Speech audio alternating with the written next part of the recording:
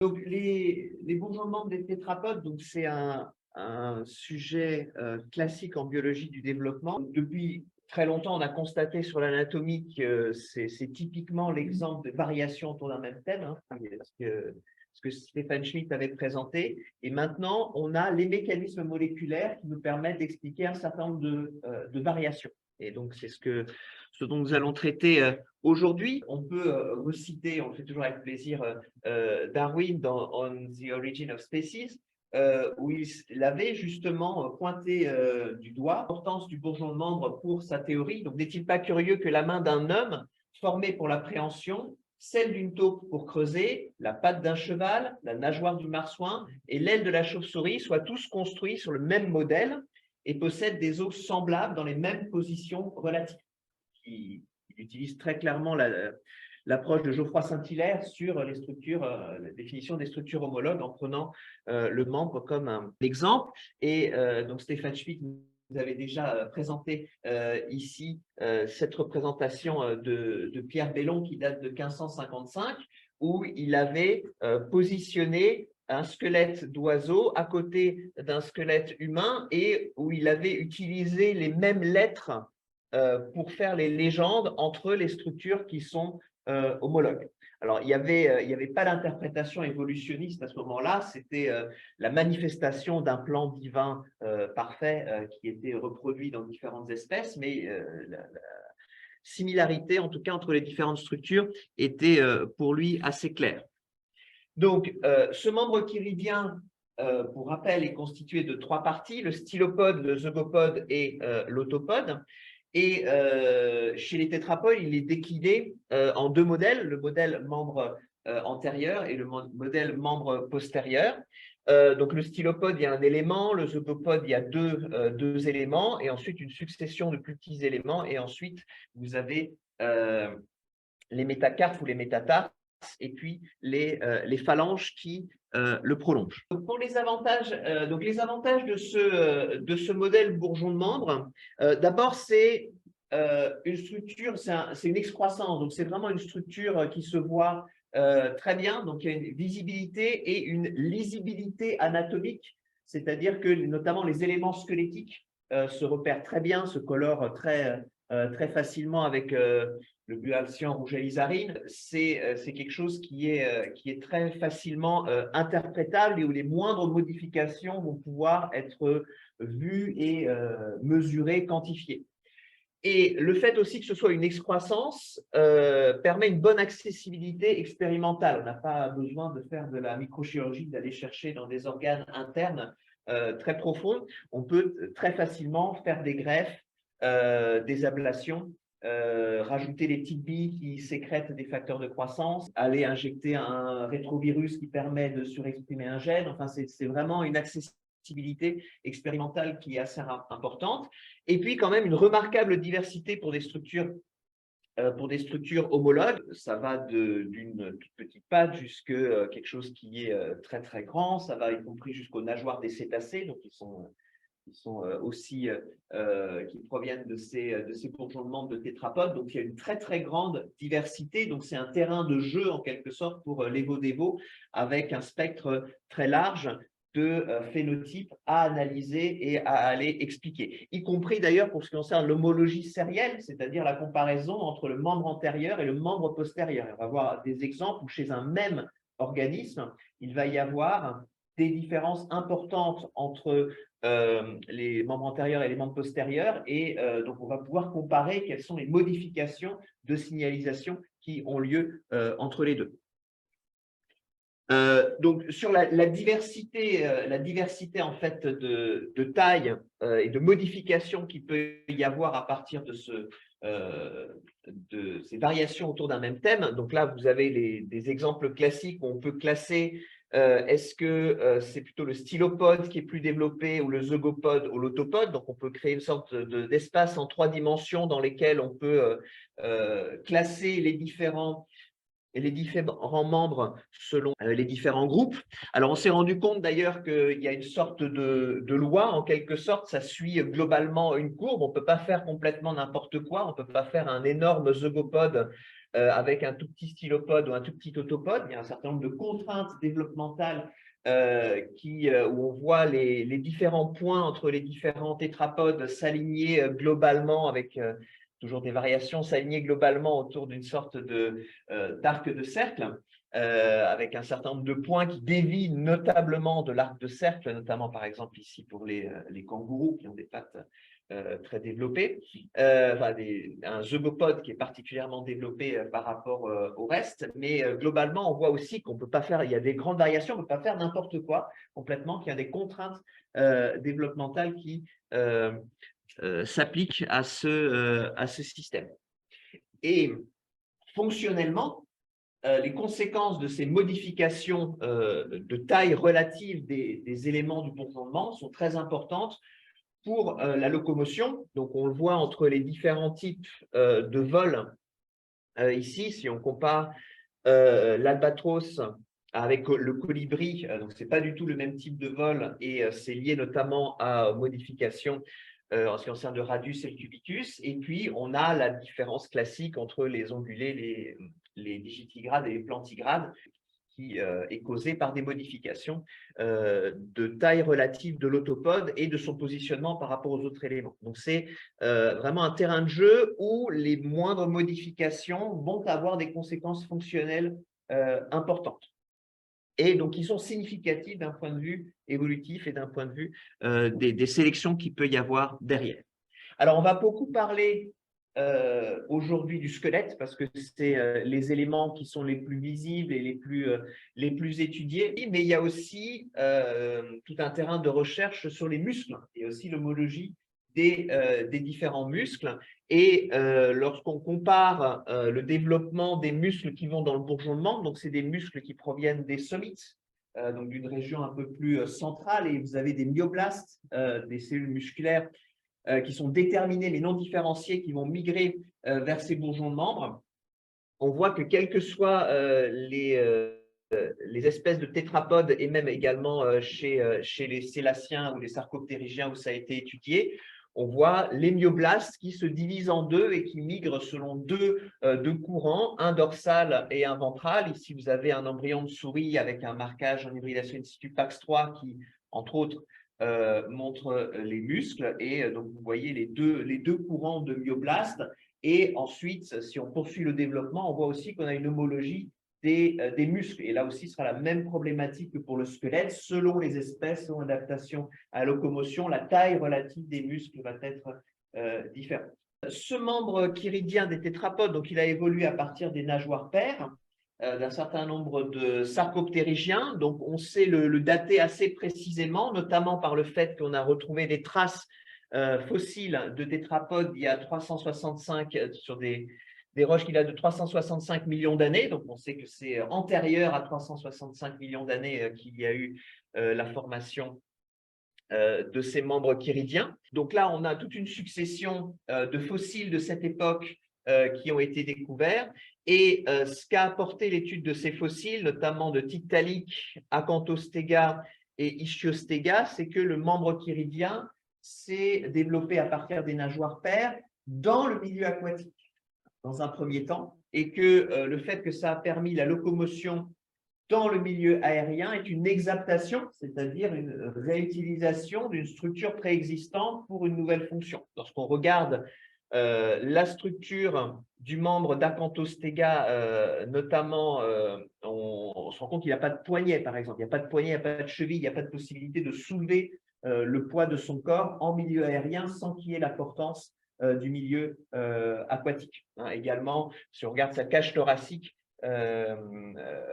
si on regarde ses vertèbres thoraciques, Acanthostega est clairement pas capable de sortir de l'eau et de supporter toutes ces viscères sans l'importance de l'eau. C'est plus tard que ces membres chiridiens ont été réutilisés dans un certain nombre de sarcoptérygiens et ont donné les tétrapodes. Alors, il y a plein de raisons pour lesquelles le membre chiridien a été sélectionné dans le milieu aquatique pour écarter des algues, pour pouvoir rebondir sur le fond de la lagune ou sur le fond du milieu marin pour pouvoir attraper des proies qui passent au-dessus, par exemple. Il y a plein de raisons pour lesquelles on peut trouver une sélection de membres chiridiens dans le milieu aquatique.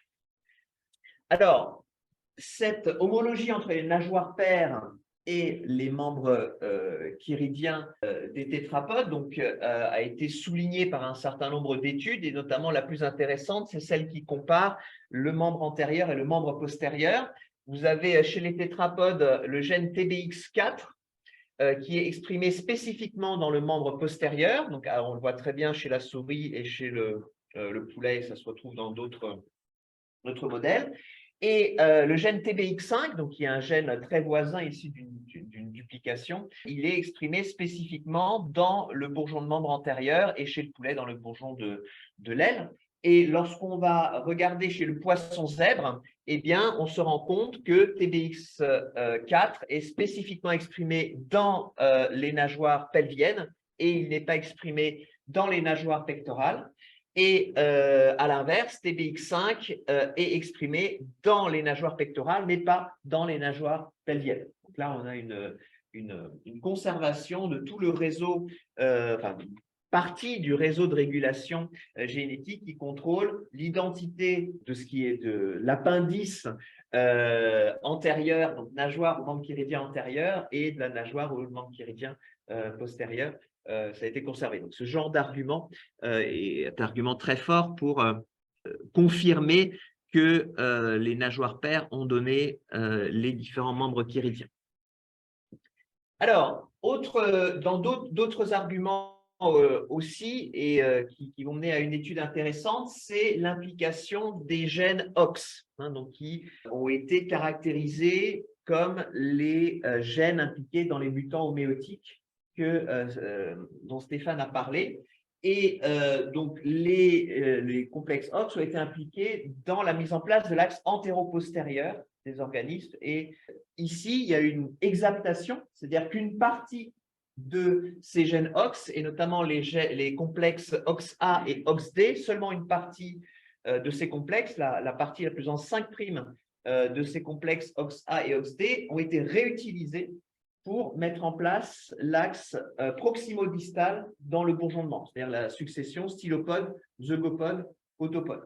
Donc là aussi, c'est une exaptation. Et chez les tétrapodes, c'est très clair. Donc, on a des patrons d'expression qui correspondent à cette succession stylopode, zygopode, autopode avec les gènes OXA13 et OXD13 qui sont impliqués spécifiquement dans la formation de l'autopode et notamment des doigts. Vous avez des patients humains avec des mutations dans OXD13 qui ont des fusions de doigts. Lorsque vous avez des mutations dans des gènes qui sont un peu plus en amont dans le complexe, les doigts sont normaux, mais c'est un autre segment, ici l'humérus, qui est affecté. Le réseau de régulation qui permet la mise en place de l'axe antéro-postérieur est réutilisé partiellement pour la mise en place de cet axe proximo-distal dans le membre.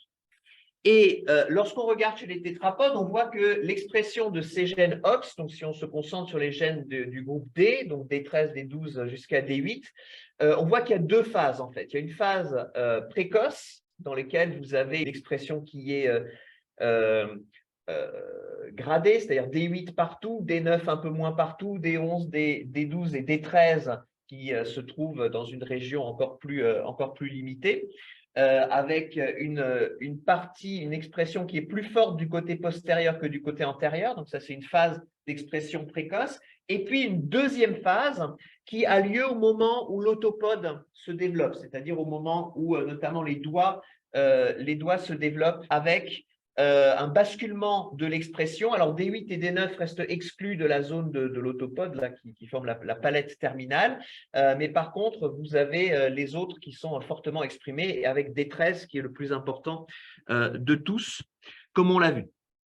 Et on connaît maintenant les séquences régulatrices sur l'ADN qui permettent de comprendre ce basculement. Donc là, vous avez le complexe des gènes OXD et vous avez une séquence régulatrice, donc un enhancer qu'on appelle télomérique, donc qui se trouve sur le chromosome plus proche du bout du chromosome, plus proche du télomère. Et ces séquences régulatrices qui contrôlent la première phase d'expression dans le stylopode et le zygopode. Et dans la deuxième phase, c'est plutôt des séquences régulatrices centromériques, donc plutôt du côté du centromère, qui vont réguler l'expression des gènes les plus proches de lui, notamment OXD13. Et donc, c'est pour ça que OXD8 et OXD9 se trouvent un petit peu exclus de ces séquences régulation. Ça fonctionne maintenant qu'on est capable de connaître la structure tridimensionnelle de la chromatine. On sait que c'est deux domaines chromatiniens qui se trouvent séparés. Donc, les séquences centromériques ne vont jamais pouvoir contrôler l'expression de OXD8 et de OXD9, par exemple, qui ne sont pas dans le même domaine chromatinien. Donc, tout ça, ça a été très bien caractérisé chez les tétrapodes. Maintenant, la question, c'est est-ce que ça existe chez les nageoires de nos amis téléostéens? Ça a été bien sûr étudié, le réflexe conditionné. On va étudier ça chez le poisson zèbre.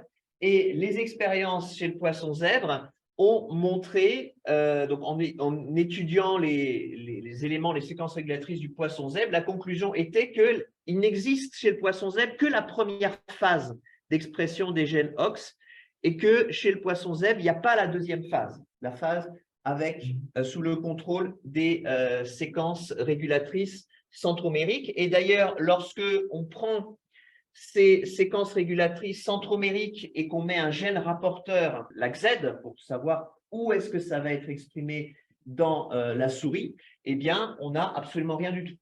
Donc, ça veut dire que ces séquences sont non fonctionnelles chez le poisson zèbre et ne donnent rien de particulier lorsqu'on les exprime chez la souris. Donc, la conséquence, ça a été un modèle où, OK, il y a bien homologie entre les nageoires paires et les membres chiridiens, mais l'autopode, et tout particulièrement les doigts, sont des structures complètement nouvelles, néoformées, chez les tétrapodes qui n'existent pas dans les nageoires. Donc, rajout d'un segment avec notamment les doigts. Ce n'est que lorsque on s'est mis à étudier un autre modèle, donc il y a un lépisostéidé, donc c'est un téléostéen, mais qui n'a pas eu de duplication du génome qu'il y a eu chez le poisson zèbre, donc il y a un génome qui est plus simple, donc c'est pour ça plus compact, donc c'est pour ça qu'on s'est mis à l'étudier. Et là, on a eu la surprise que chez ce modèle-là, eh bien, il y a bien des séquences centromériques, il y a bien qui sont fonctionnelles pour réguler les gènes OXD, et que une fois, lorsqu'on prend des éléments, des fragments de cette séquence et qu'on les exprime dans la souris, eh bien, on obtient une expression qui est tout à fait logique, et notamment dans l'autopode. Donc, ce qui veut dire que on interprète ça, et ça a été retrouvé avec d'autres espèces. Donc, c'est ce que je vous disais en introduction. Attention aux organismes modèles. Le poisson zèbre est très, très dérivé. Il a accumulé des mutations, beaucoup de mutations dans ces séquences-là qui les ont rendues non fonctionnelles. Mais ce n'est pas du tout le cas des téléostéens. Et donc, les téléostéens ont, de manière générale, sauf les quelques exceptions, et notamment le poisson zèbre, un autopode. Un équivalent d'autopode, un équivalent de structure qui pourrait ressembler aux doigts dans leur nageoire. Donc, c'était une découverte qui est importante et qui montre, comme je vous ai dit, les différences d'approche entre l'évolution et les développementalistes. Alors, si on se reconcentre maintenant, une fois qu'on a réglé le problème des nageoires, on se reconcentre sur le membre chiridien et les tétrapodes. Comment se mettent en place les axes et quelles vont être les variations dans la mise en place des éléments, comme on l'a vu. Alors, déjà, il faut comprendre que le bourgeon de membre, c'est un assemblage de cellules d'origine extrêmement variée et qu'il va falloir des signaux inducteurs très puissants pour coordonner le développement de cet ensemble de cellules d'origine très variée. Donc, vous avez l'ectoderme non neural qui va former l'épiderme, et notamment une région dont on va parler qui s'appelle l'AER, donc qui est tout au bout du bourgeon de membre. Vous avez les crêtes neurales, donc certains considèrent comme un quatrième feuillet spécifique des vertébrés et qui va donner naissance aux mélanocytes, mais aussi aux récepteurs sensoriels qui se trouvent dans ce bourgeon de membre. Vous avez le tube neural qui va faire croître les axones des motoneurones qui vont devoir se se connecter notamment aux muscles dans le bourgeon de membre. Vous avez les somites qui, via leur dermatome, vont donner le derme, et via le myotome, vont donner les myoblastes qui vont former les muscles striés. Et puis, vous avez les lames latérales, donc c'est du mésoderme ventral, avec notamment la somatopleure.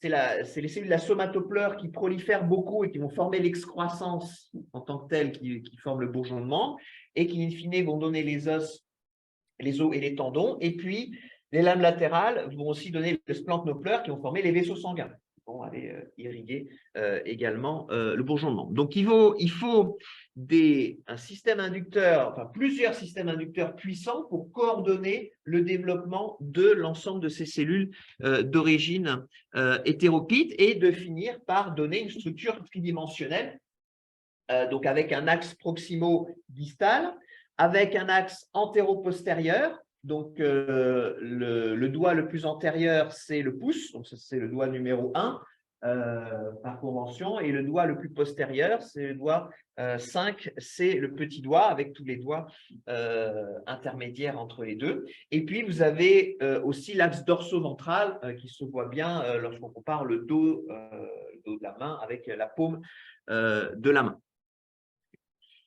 Alors, dans les expériences historiques qui ont permis de comprendre qu'il y a des centres inducteurs qui vont envoyer des morphogènes, donc ça veut dire des molécules sécrétées dont la concentration va être cruciale pour la destinée des cellules, l'une des régions qui a été caractérisée, ce qu'on appelle la ZPA, la zone d'activité polarisante, qui se trouve du côté postérieur de l'embryon, du bourgeon de membre, et lorsque on prend cette ZPA et qu'on la greffe sur un embryon receveur, qui maintenant se trouve avec deux ZPA, une ZPA endogène, la sienne, et puis une ZPA du côté antérieur qui a été greffée, eh bien, à ce moment-là, on se retrouve avec un membre en miroir, avec plus de doigts.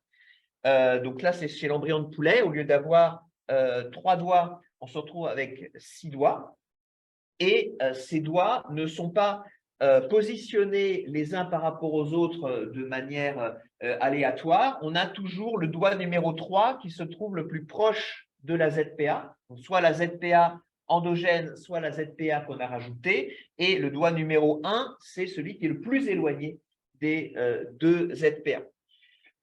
Donc la ZPA a en fait deux fonctions. La fonction d'abord de faire produire des doigts, puisque c'est pas quand on rajoute une ZPA, on a le double du nombre de doigts. Donc, la régulation du nombre de doigts dépend de la ZPA. Et deuxième chose, deuxième information qui est envoyée par la ZPA, c'est l'identité des doigts. Et plus on est proche de cette ZPA, plus les doigts sont postérieurs. Et c'est bien une induction, parce que lorsqu'on fait par exemple des greffes caille-poulet, ou lorsqu'on greffe des cellules qu'on a rendues fluorescentes sur un receveur qui n'est pas fluorescent, on se rend compte que les doigts néoformés ne proviennent pas du greffon, mais proviennent du receveur. Donc, c'est bien une induction. Alors, ce n'est pas forcément vrai pour la souris, mais c'est vrai en tout cas chez le poulet. Chez la souris, les doigts les plus postérieurs, donc les doigts numéro 5, proviennent de la ZPA. Il y a une petite différence entre le poulet et puis la souris de ce point de vue-là, mais quand même, globalement, vous avez une induction. Alors, il y a eu des recherches, quel est l'inducteur? Et finalement, la molécule, alors on a pensé vraiment que c'était l'acide rétinique, mais ce n'était pas vrai, il fallait en mettre 3 tonnes à des doses complètement non physiologiques. Et au final, c'est Sonic Hedgehog, donc c'est une molécule donc, qui s'appelle la famille des Hedgehog parce que c'est homologue à un gène de drosophile qui donne des embryons qui sont un peu tout hérissés de soie, donc qui ressemblent à des hérissons, d'où le Hedgehog, et s'appelait Sonic Hedgehog parce que pourquoi pas. Évidemment. Alors, vous en avez d'autres, vous avez Desert Hedgehog et Indian Hedgehog chez les vertébrés, vous en avez 3 de la même famille, mais ici, c'est Sonic Hedgehog dont on voit le patron d'expression qui correspond exactement à la zone d'activité polarisante. Et donc, dans le greffon, on a créé une nouvelle source de Sonic Hedgehog. Alors, Sonic Hedgehog va être important pour l'axe antéro-postérieur, mais aussi indirectement pour l'axe proximo-distal. Parce que l'axe proximo-distal va être contrôlé par l'AER et la ZPA ensemble. Donc l'AER, c'est quoi? C'est l'extrémité du bourgeon de membre sa crête apicale ectodermique, donc c'est l'ectoderme, donc la peau finalement, l'épiderme, qui est épaissie et qui sécrète des facteurs de croissance de la famille des FGF. Et c'est eux qui permettent aux cellules du bourgeonnement de proliférer. Et FGF est en fait un des inducteurs de Sonic Hedgehog. Donc, vous avez l'AER qui participe à l'induction de cette ZPA.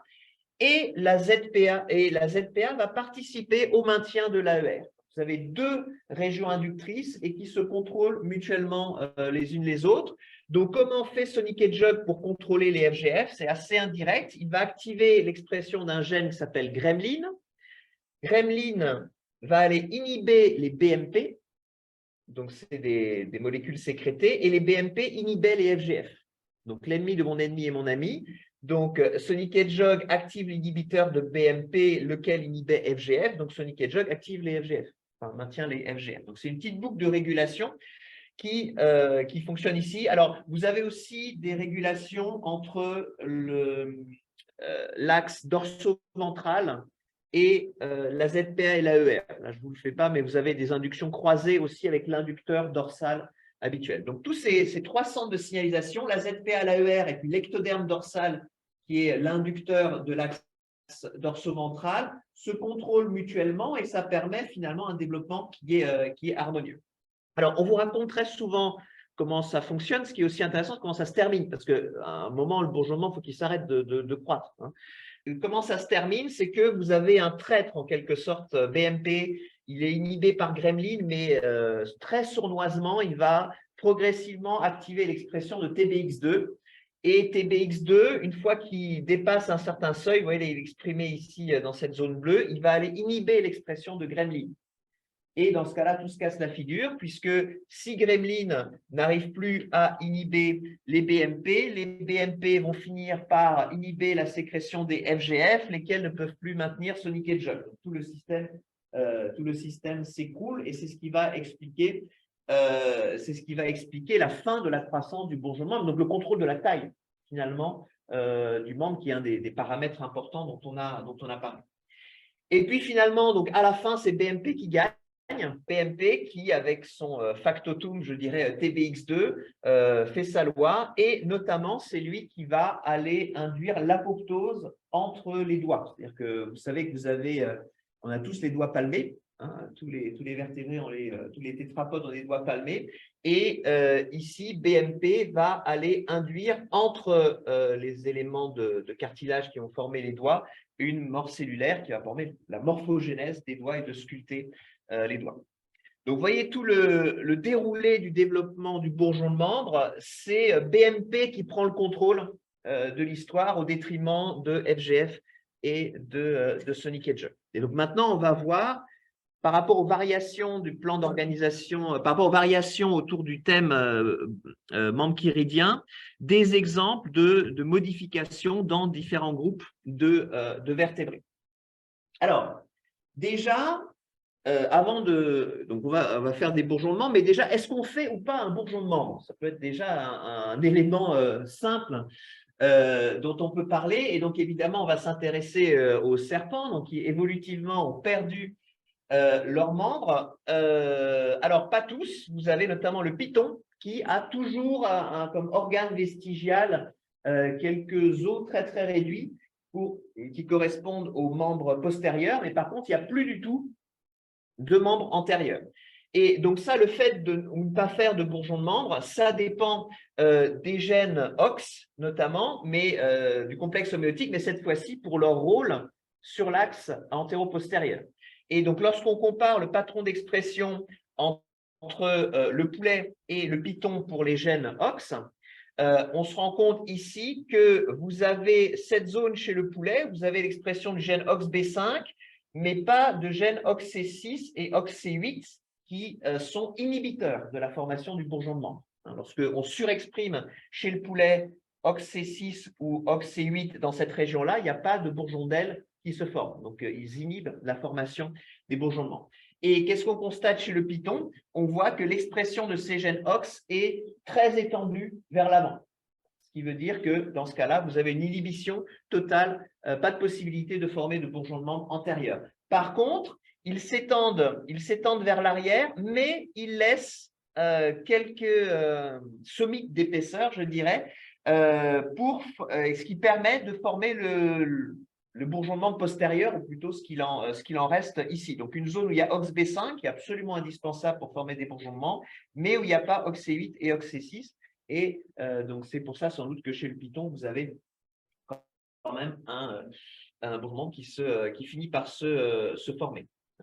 Donc là, on voit très bien un très joli embryon de python. Hein. Vous voyez, ça ressemble exactement à un embryon de poulet, sauf que, en fait, vous avez tellement de somites qui se forment que ça finit par faire des sortes de spirales à l'intérieur de l'œuf. On arrive à la question du membre postérieur. Qu'est-ce qui fait que ce membre postérieur est vestigial chez le python, hein? Donc, très clairement, évolutivement, c'est le membre antérieur a disparu d'abord chez les ancêtres des serpents actuels, et ensuite c'est le membre postérieur, même s'il est resté vestigial chez le python. Donc on a par exemple des serpents du Crétacé qui ont plus de membres antérieurs, mais qui ont encore des petits membres postérieurs qui étaient encore fonctionnels, capables de les faire ramper un petit peu. Donc il y a ce membre postérieur a été maintenu plus longtemps, et donc chez le python, on a un petit fémur qui est raccroché à un petit bassin, donc avec pubis, ischium et ilium. Alors, qu'est-ce qui fait que c'est un membre chiridien avorté? Donc, on va une fois de plus comparer le python avec le poulet.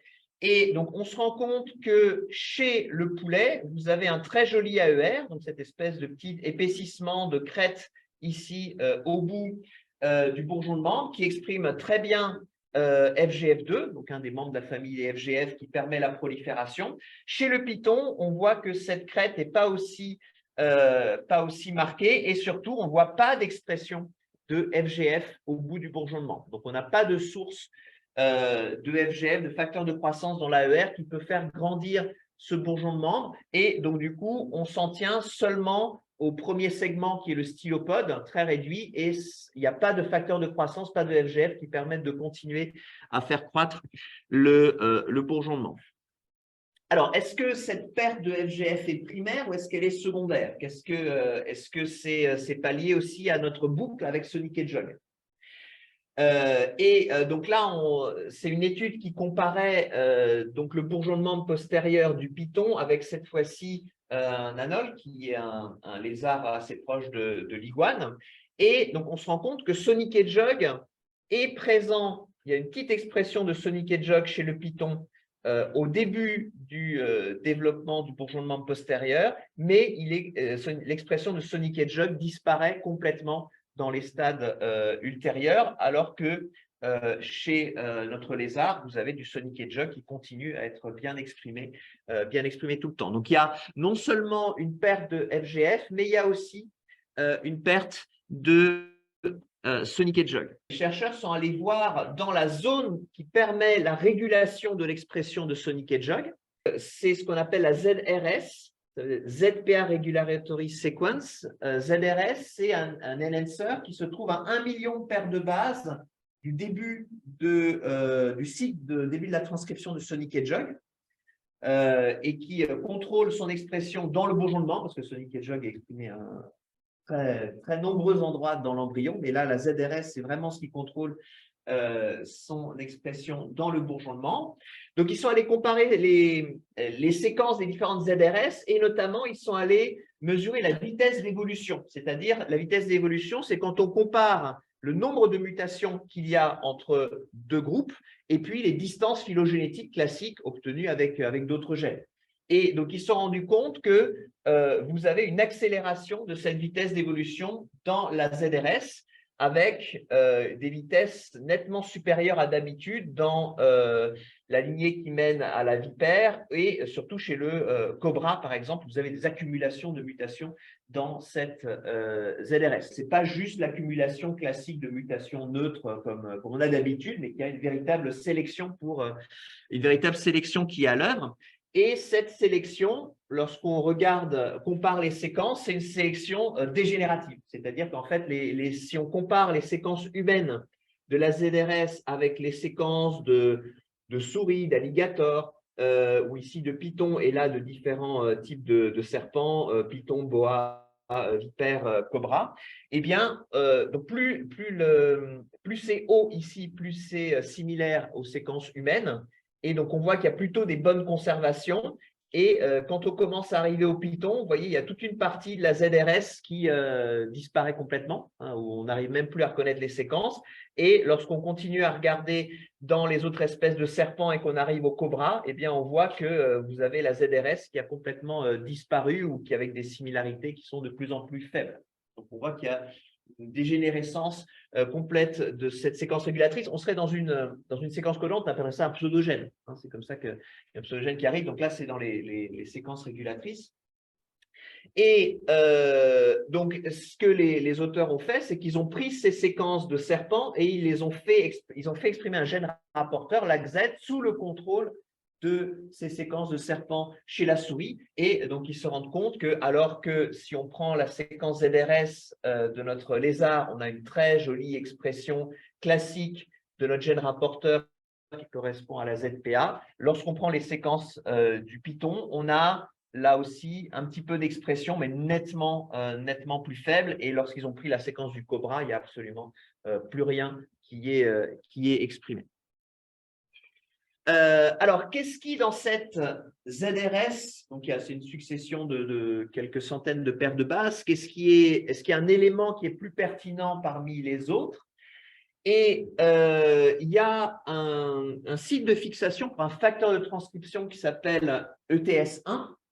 Et donc, ça a été montré qu'il est important pour l'expression de Sonic Hedgehog. Donc là, ce qu'ont fait les chercheurs, donc ils ont remplacé, donc par technique maintenant devenue classique d'outils de ciseaux moléculaires CRISPR-Cas9, ils ont remplacé le promoteur de Sonic Hedgehog par un enhancer, pardon, de la ZRS du Sonic Hedgehog endogène par un ZRS du Python.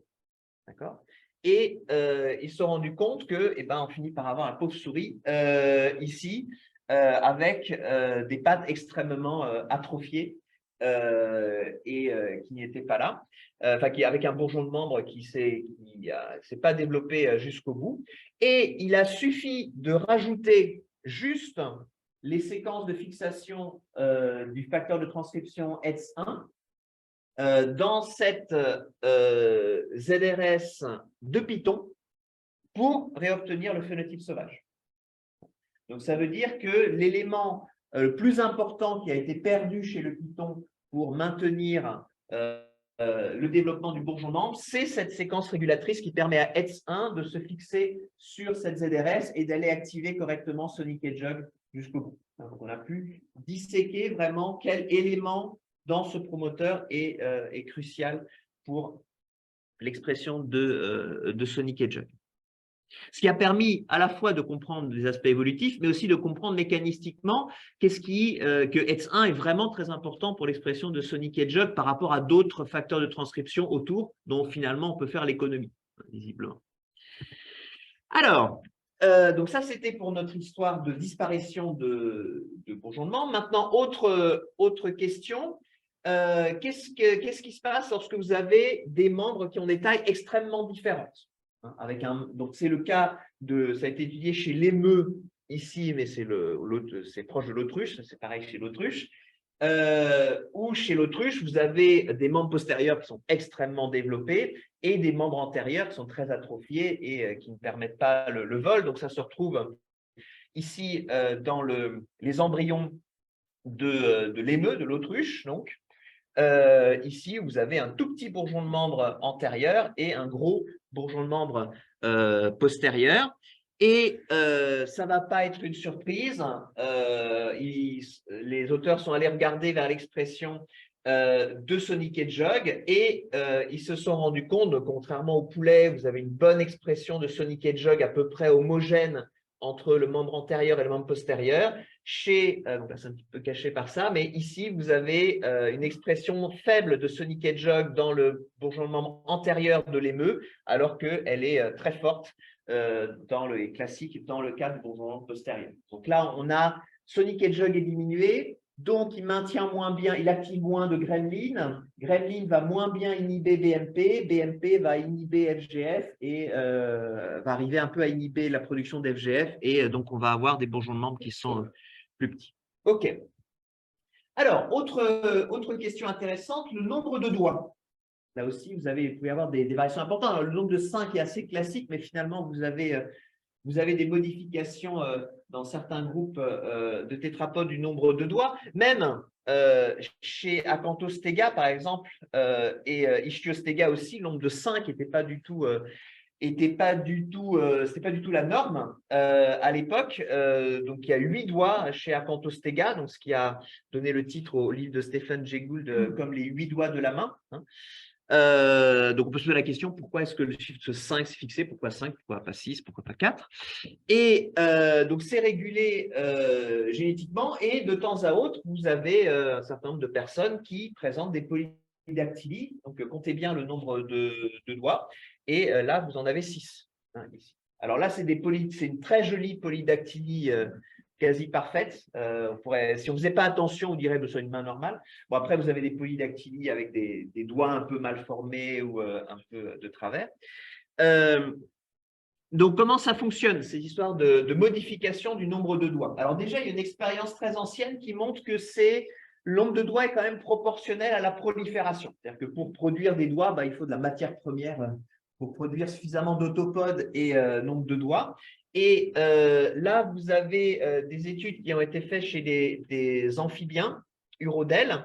Vous avez cet amphibien qui s'appelle Hemidactylium scutatum qui n'a que 4 doigts, à comparer avec l'axolote, donc Ambystoma mexicanum, qui a les 5 doigts habituels. Et en fait, il suffit de rajouter de la colchicine lorsqu'on fait croître le membre d'Ambystoma mexicanum de l'axolote. Donc, la colchicine qui perturbe les réseaux de microtubules, donc qui diminue en fait le nombre de mitoses. C'est mis à des doses où il y a quand même un peu de mitose, mais où c'est diminué. Et on voit que de 5 doigts, on est passé à 4 doigts. Et que ça se met à ressembler à Hemidactylium scutatum. Donc, il y a un aspect quantitatif à la production de doigts par rapport aux quantités de mitose. Et le modèle qui a été ensuite utilisé, c'est Hemiergis, donc il y a un saurien, donc c'est tout un genre de saurien dans lequel vous avez plusieurs espèces avec soit 5 doigts, soit 4 doigts, soit 3 doigts, enfin 4 doigts, mais un qui est très atrophié, ou soit 2 doigts. Hein, donc, les espèces sont très proches les unes des autres. Et les auteurs ont étudié la prolifération. Donc là, vous avez un marquage BRDU qui marque les cellules qui sont passées en phase S, donc qui ont proliféré. Alors attention, c'est à l'envers, hein, dans l'ordre ici, entre leurs figures. Donc ici, c'est celui qui a le plus de doigts, et donc là, vous avez une bonne prolifération, un bon marquage, et Quadrilineata qui n'a plus que 2 doigts, vous voyez qu'il y a moins de prolifération. Donc on retrouve tout à fait ce qu'on avait observé précédemment. Et lorsqu'on regarde l'expression de Sonic Hedgehog, eh bien, on se rend compte que moins il y a de Sonic Hedgehog, moins il y a de prolifération et donc moins il y a de nombre de doigts. Donc, on retombe sur la même problématique que précédemment, sauf que ici, l'expression de Sonic Hedgehog ne varie qu'à la fin du développement embryonnaire, pas au début, sinon il n'y aurait pas de bourgeon de membre. Là, la variation, au début, tout se passe normalement, c'est à la fin, chez Quadrilineata, où l'expression de Sonic Hedgehog est éteinte un peu plus tôt que d'habitude, et c'est ce qui fait qu'au niveau de l'autopode, vous avez moins de soutien de la prolifération et ça aboutit à un nombre de doigts qui est réduit.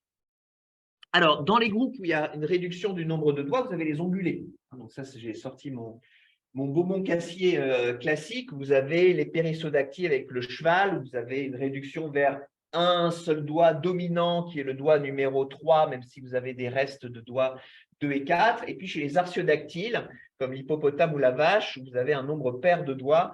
Et ici, c'est plutôt les doigts 3 et 4 qui sont dominants. Ça, c'est une photo que j'avais prise dans un zoo où il y a un hippopotame qui a nonchalamment étendu sa patte arrière et m'a magnifiquement montré que c'est un artiodactyle avec 4 doigts. Et alors, chez les bovins, qu'est-ce qui fait qu'on a cette réduction de doigts? Donc là, on va faire une comparaison souris-vache. Hein, donc ça va beaucoup plaire prépa BCPST. Après la comparaison écrevisse-souris qu'il y a eu il y a quelques années. Donc, vous avez l'autopode ici avec ses 5 doigts et ici chez la vache, donc avec les doigts 3 et 4 dominants et 2 et 5 qui sont vraiment tout rabougris. Alors, évidemment, réflexe conditionné, on va aller regarder Sonic Hedgehog, hein, notre suspect habituel. Ah, là, pas de différence. Donc, l'expression de Sonic Hedgehog est tout à fait identique tout le long du développement. Donc, ça va être plus subtil que juste un dosage de Sonic Hedgehog. Alors, en fait, on s'est rendu compte, quand on regarde des gènes cibles de Sonic Hedgehog, comme GLI1, donc des gènes qui sont activés par la voie de signalisation de Sonic Hedgehog, que, en fait, le gradient de Sonic Hedgehog est différent. Donc, il est produit pareil, mais Sonic Hedgehog diffuse de manière différente. Lorsqu'on regarde dans le bourgeon de membre de la vache, on voit que GLI1 est activé dans les régions même très antérieures. Donc, en fait, le gradient de Sonic Hedgehog est différent. Et en fait, on s'est rendu compte que c'est parce que l'un de ces gènes cibles s'appelle Patch1, mais qui est aussi son récepteur, est activé de manière moins forte. Alors, ça paraît un paradoxe, mais Sonic Hedgehog active Patch1, c'est son récepteur, il y a une voie de signalisation, et il y a plus de Patch1 qui est normalement produit. Qu'est-ce que fait ce Patch1 en excès, en quelque sorte? Il va fixer Sonic Hedgehog et il va empêcher sa diffusion. C'est-à-dire qu'il y a beaucoup de récepteurs, et ces récepteurs sont des pièges à Sonic Hedgehog qui vont limiter sa diffusion. Donc, c'est un modèle particulier où le récepteur ici a un rôle de réception du signal, mais aussi un rôle de capture de Sonic Hedgehog. Et donc ici, chez la vache, l'élément régulateur sur patch 1 qui répond à Sonic Hedgehog a des mutations. Il fait que c'est moins efficace. Donc, il y a moins de récepteurs pour capturer Sonic Hedgehog, et donc Sonic Hedgehog diffuse plus loin, en fait. Et donc, Sonic Hedgehog, il est toujours là, mais il est plus dilué. D'accord? Et parce qu'il est plus dilué, il va finir par être moins efficace. Donc, c'est ça le modèle. Ce n'est pas la production de Sonic Hedgehog qui est différente, c'est qu'il va diffuser plus loin, mais parce qu'il n'est pas piégé par patch 1, mais le fait de diffuser plus loin fait qu'il est moins concentré. En fait. Et donc, du coup, ça aura le même effet que s'il était produit en moindre quantité. Et donc, comment transformer une patte de souris en patte de vache? Eh bien, c'est simple. Il faut faire une souris mutante où il n'y a plus son élément, sa séquence régulatrice qui lui permet d'être activée par Sonic Hedgehog. Et donc, dans ce cas-là, vous avez la patte de souris classique, la patte de la vache, et ici, vous avez la patte de la souris mutante dans lequel on a enlevé donc, un élément qui s'appelle C, un élément régulateur de patch 1 qui dépend de Sonic Hedgehog. Et donc, vous voyez, ici, vous avez la patte de la souris qui se met à ressembler tout à fait à la patte de la vache. Donc, ça, c'est un marquage SOX9, c'est un marquage de cartilage, hein, donc c'est les futurs doigts. Et vous avez ici cette transformation. Alors, si on observe les nombres de doigts, quelquefois, vous avez des mutants inverses, donc ça s'appelle un atavisme, donc réapparition d'un caractère ancestral chez un individu. Vous avez quelquefois des chevaux qui retrouvent en fait des doigts 2 et 4 qui sont bien développés. Il n'y a pas seulement le doigt 3, mais il y a aussi… donc ça serait intéressant d'aller étudier quelle mutation, est-ce que ça correspond à un retour en arrière évolutif ou quelque chose de complètement nouveau. Tout dernier point avant de finir, la fin du développement, c'est l'apoptose interdigitale. Et donc là, le modèle classique, c'est la comparaison souris-chauve-souris.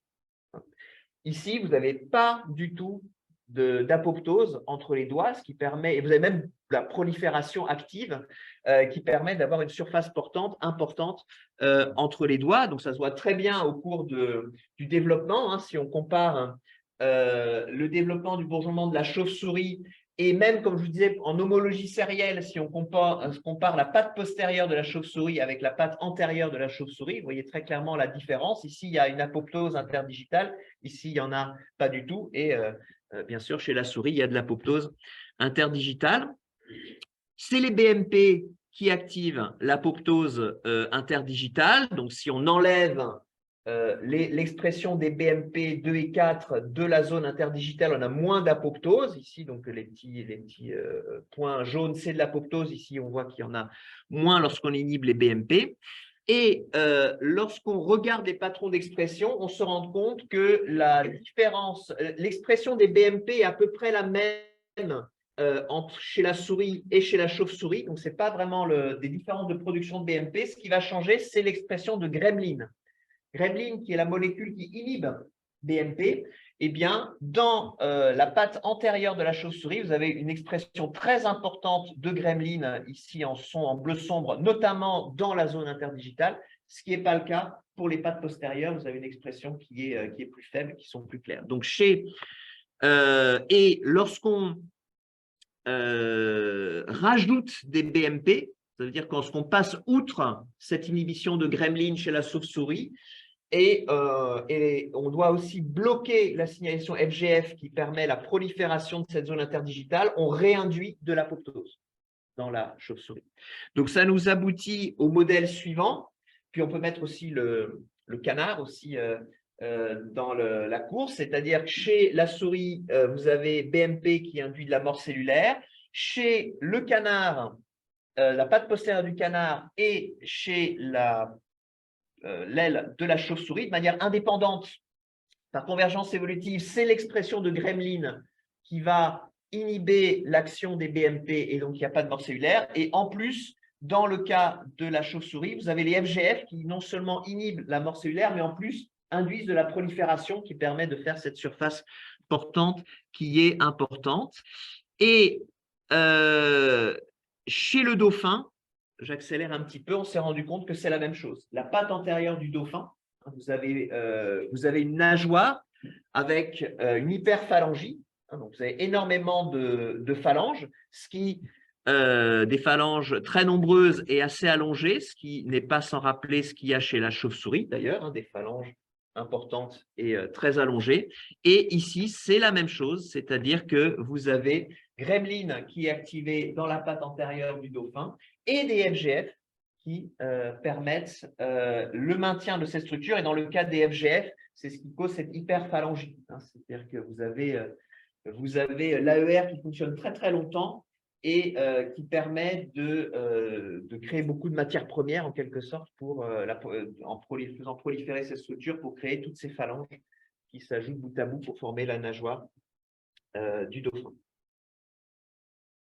Voilà. Est-ce qu'il y a des questions? Merci de votre attention.